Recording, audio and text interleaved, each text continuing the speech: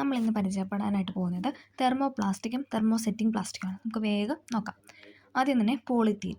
വിവിധ പാക്കറ്റുകൾ, ട്യൂബുകൾ, കണ്ടെയ്നറുകൾ എന്നിവ നിർമ്മിക്കാൻ വേണ്ടിയിട്ടാണ് നമ്മൾ പോളിത്തീൻ യൂസ് ചെയ്യുന്നത്. എന്താണ്? പാക്കറ്റ് നിർമ്മിക്കാനും അല്ലെ ട്യൂബ് അല്ലെ കണ്ടെയ്നറൊക്കെ നിർമ്മിക്കാൻ വേണ്ടിയിട്ടാണ് നമ്മൾ പോളിത്തീൻ യൂസ് ചെയ്യുന്നത്. ഇനി അടുത്താണ് പോളി വിനൈൽ ക്ലോറൈഡ്. നമ്മൾ കേട്ടിട്ടുണ്ടല്ലേ, PVC പൈപ്പ് എന്നൊക്കെ അല്ലേ, PVC poly vinyl chloride. Electrical വയറിങ്ങിന്, പ്ലംബിങ്ങിന്, ഷൂസുകൾ, ഹാൻഡ് ബാഗ്, റെയിൻകോട്ട്, ബോട്ടിൽ, ഫർണിച്ചറുകൾ എന്നിവ നിർമ്മിക്കാനാണ് നമ്മൾ PVC യൂസ് ചെയ്യുന്നത്.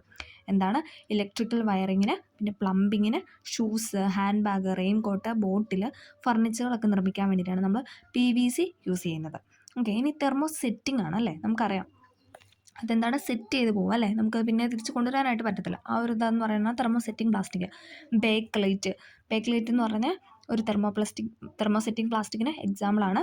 പ്ലഗ്, സ്വിച്ച്, ബട്ടൺ, വൈദ്യുതോപകരണങ്ങളുടെ, പിന്നെ പാചക പാത്രങ്ങളുടെയും കൈപ്പിടി അല്ലേ. നമുക്കറിയാം, നമ്മുടെ ഈ നോൺ സ്റ്റിക്ക് തവയുടെ ഒക്കെ കൈപ്പിടി ഉണ്ടല്ലോ, ആ ഒരു ബ്ലാക്ക് കളറിൽ അല്ലേ, നല്ല കട്ടിയുള്ള, അതെന്നൊക്കെ പറഞ്ഞാൽ ബേക്ക്ലൈറ്റ് ആണ്. എന്തൊക്കെയാണ്? പ്ലഗ്, സ്വിച്ച്, ബട്ടണുകൾ, വൈദ്യുതോപകരണങ്ങളുടെയും പാചക പാത്രങ്ങളുടെയും കൈപ്പിടികൾ മുതലായവ നിർമ്മിക്കാനൊക്കെയാണ് നമ്മൾ ബേക്ക്ലൈറ്റ് യൂസ് ചെയ്യുന്നത്. ഇനി അടുത്താണ് melamine formal ഡീഹൈഡ് Raisen. Melamine formal ഡീഹൈഡ് Raisen എന്ന് പറയുന്നതാണ് അടുത്ത തെർമോ സെറ്റിംഗ് പ്ലാസ്റ്റിക്. പൊട്ടാത്ത പ്ലാസ്റ്റിക് പാത്രങ്ങൾ നിർമ്മിക്കാൻ വേണ്ടിയിട്ടാണ് നമ്മൾ യൂസ് ചെയ്യുന്നത്. എന്താണ്?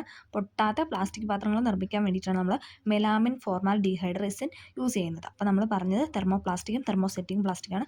എല്ലാവർക്കും ഇഷ്ടമായെന്ന് വിചാരിക്കുന്നു. ഇഷ്ടമെങ്കിൽ ലൈക്ക് ചെയ്ത് സപ്പോർട്ട് ചെയ്യുക. Okay, thank